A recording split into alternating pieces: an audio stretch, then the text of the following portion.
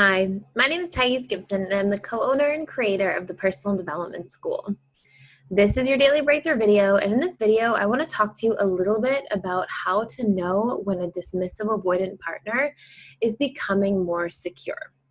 So this is a question I've had a few times from different people inside of our school, inside of our community, as they're starting to notice their partners transitioning and becoming more secure because the partner is putting in the work.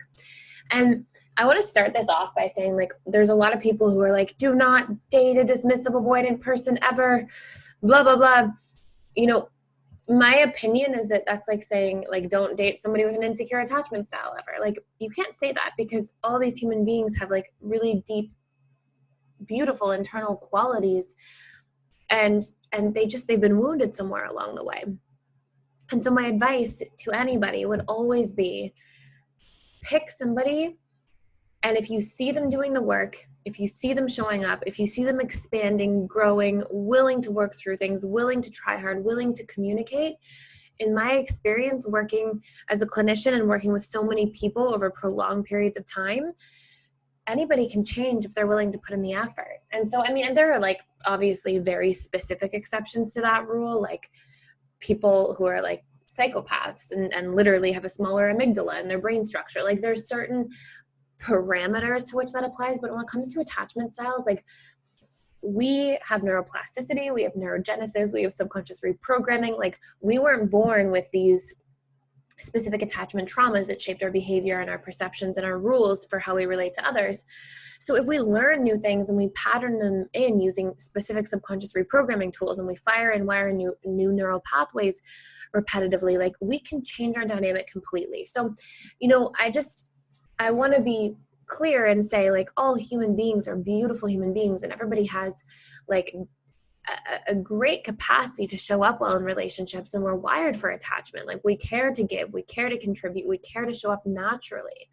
But if somewhere along the way we were traumatized, either significantly enough or repetitively enough, obviously it's going to impact the different ways we relate to one another. So for anybody who's wondering, should I stay in a relationship? Should I leave? I would say those are always the qualities. Show up, do everything you can, pick a time frame that you think is feasible or reasonable and works for you. And then your job within that time frame is to show up in the best way possible, do all the work that you can. And then if something works and changes and there's a positive outcome, then that's beautiful and that's amazing. And there's a good chance that it will.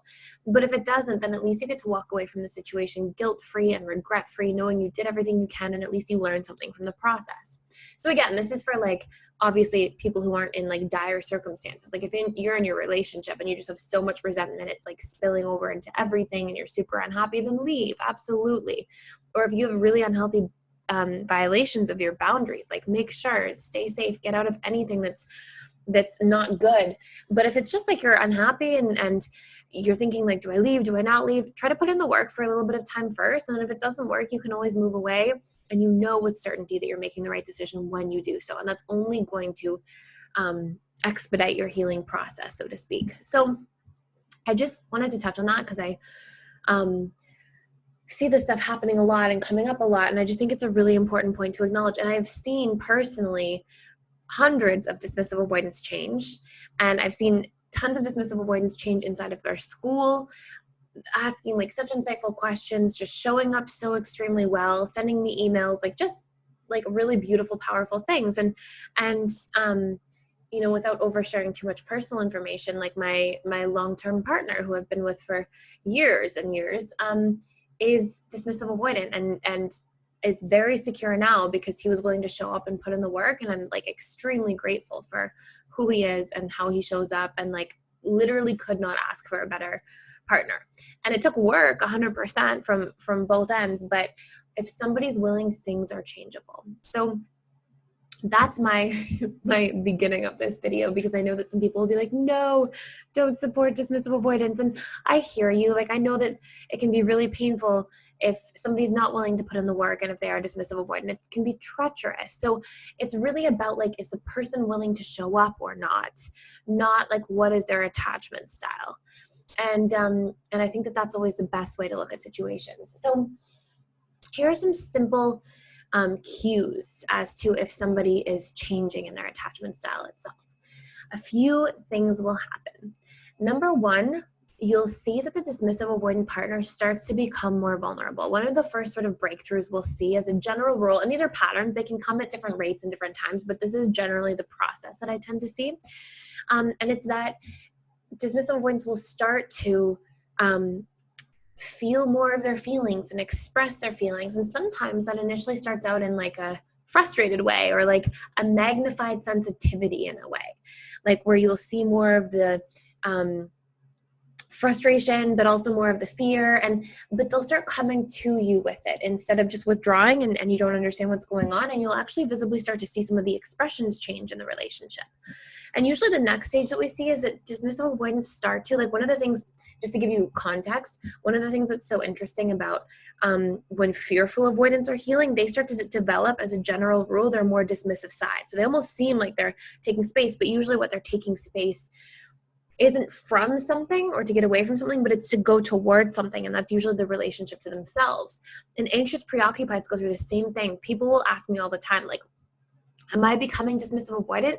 And usually what it is that you're actually breaking codependent patterns, and it's not a way of relating that you're used to. So suddenly you're like, whoa, I feel like boundaries around me, and I recognize that I need time and space to myself sometimes, and I'm recognizing my own needs and seeing that they have to be met. And that whole transition can feel like you're becoming more avoidant, but usually it's actually just that you're breaking down codependent patterns.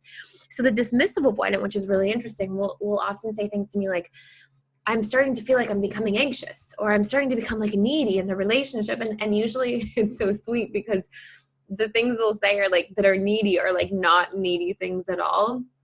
They're just like little bits of like normal human fears, but they're feeling their feelings, and these things start to turn back on. And so that's like one of the first big shifts and like more important signs. And they'll start to feel their own emotions more. They'll start to express their emotions more. Another huge one that I'll see, that's I'd say probably the second biggest thing, but it's kind of tied to the first, is they start to communicate. They become very good, because dismissive avoidance tends to be highly analytical. When they have the right awarenesses about feelings and needs and relating to other people, they tend to become like very good communicators, very adept at like looking at things kind of systematically and coming to conclusions and communicating well and thoroughly. And dismissive avoidance, as they become secure, often hold excellent space for other people's feelings, as long as they have parameters. So dismissive avoidants get afraid of like feeling stuck or helpless. So if you tell them like, hey, I need to vent, I need to talk about some stuff that's been happening in the relationship that we need to work on, let's just go through it for 5 minutes. I just need to be really present for 5 minutes. If you have defined boundaries and output, and obviously everything's not like cookie cutter, like just always going to go exactly as planned, but if you give them like ideas about what's going on and what you need, and if you're clear and specific, dismissive avoidants show up very well. And I'm going to make like a whole separate video upon request from a few people in the school, a whole separate video about how to, in healing the relationship as a dismissive avoidant person, how to start holding space better for others, how to show up and be more present with others in conversation and communication, so that there's actual like strategies around that. But I'm just, for now, for this video, going to talk about these specific sort of points you'll see of change. I do want to make a quick reminder, we're supporting our community as much as possible right now, and literally I'm trying to make a video every single day for you guys and read the comments and adapt the content accordingly. So if you have anything you want me to share, let me know in the comments below. I am like listening and looking through these as much as I can. And also, we're offering scholarships to our entire community on YouTube, so 25% off of membership bundles for 3 months, 6 months, 12 months, and single course purchases as well. So the coupon code is with you. It's all one word. And if that's still something that's really tough for you, we try to make everything super affordable and available. But if that's tough, and like we're in the craziest time right now, you can also reach out to my team at info@personaldevelopmentschool.com, and they're offering different types of scholarships and all these things. So we're really working to support our community right now. So I hope that that's helpful, and let me know if there's anything else that you need from us. So back to this, as I sidetrack. So like one of the things that we'll see is dismissive avoidants start becoming much better communicators, but then they tend to get like a little bit held up, so to speak, at the holding space. That tends to be like sort of one of the next challenges, like being able to hold space for like really tough conversations or feeling criticized or feeling blamed. So if you can tweak the way that you communicate, where you're communicating your needs in the positive, let's say you're the partner of a dismissive avoidant or a friend or a family member, if you communicate your needs in the positive, so you're able to say like, hey, instead of going, you did this wrong, you'd be like, hey, I would love if you could do it this way next time. Or I would love if you could try to remember to do this. It's like really meaningful to me and really impactful. So if you can communicate in the positive, like dismissive avoidants seriously love that. One of the like big misconceptions is that dismissive avoidants don't want to meet needs. It's honestly not true. I would say dismissive avoidants are highly excited to meet needs if they're in healthy relationships and if they're obviously invested in the person. And if they feel empowered and clear about how to do that. They can be really great partners. So, and I've seen this like from hundreds of people, like marriage couples, people in workshops, like all sorts of different things. Inside the school, all sorts of different things over like a long period of time at this point.